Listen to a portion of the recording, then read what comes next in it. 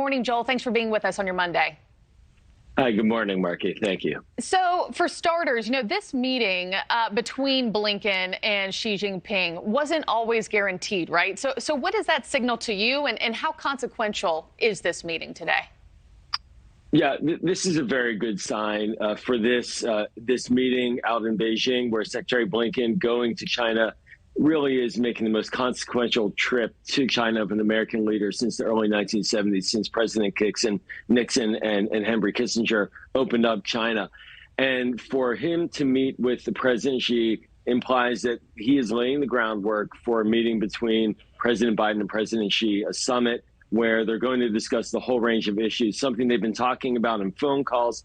And now for this to be in person, it really does signal both to the Chinese leadership as well as here in the United States that there's a serious effort underway between the two leaders to try to get the issues on a discussion track rather than just purely trading barbs and accusations across the Pacific. And hopefully not even just President Biden, but hopefully open the doors for other American, diplomats and leaders to have meetings later on this year as well. Let's go back to day one of Blinken's trip, if we could, which saw more than 7 hours of diplomatic discussion. The State Department and Chinese government say these talks were, quote, candid and constructive. You worked in the State Department. What does that mean? And what should the average person take away from the developments thus far?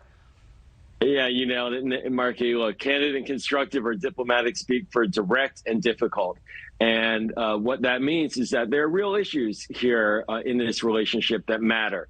What is China doing with Ukraine? What are its intentions towards Taiwan?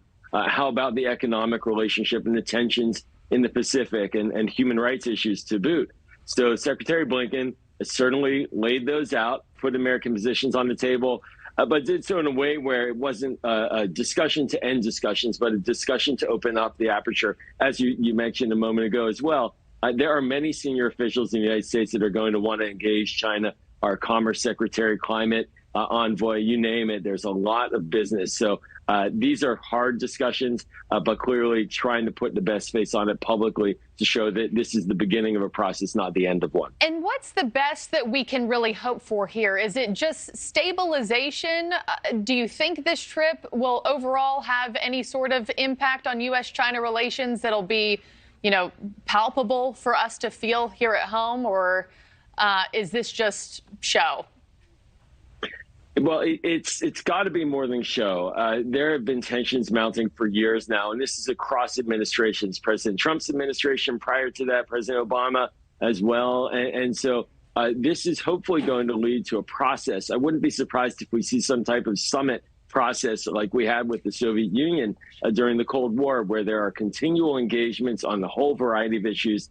A big one that I didn't even mention is the nuclear weapons question that China is now investing heavily in. There's a lot of business here. And so hopefully that those engagements will create stability and predictability that the rest of the world can look at and say, okay, they're not going to go to war, because that's really the red line here. Certainly from the United States perspective. And not to veer into conflict. Exactly. Joe, while I have you, one more question here. There are a lot of people who have been very critical of this trip, the timing of it. What do you say to those who feel the Biden administration should freeze China out? What's your response?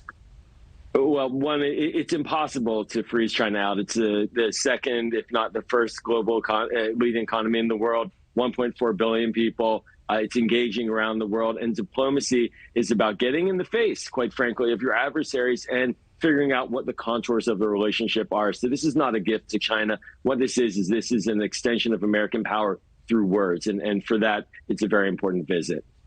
Joel Rubin, thanks so much for joining us on Morning in America. We appreciate it.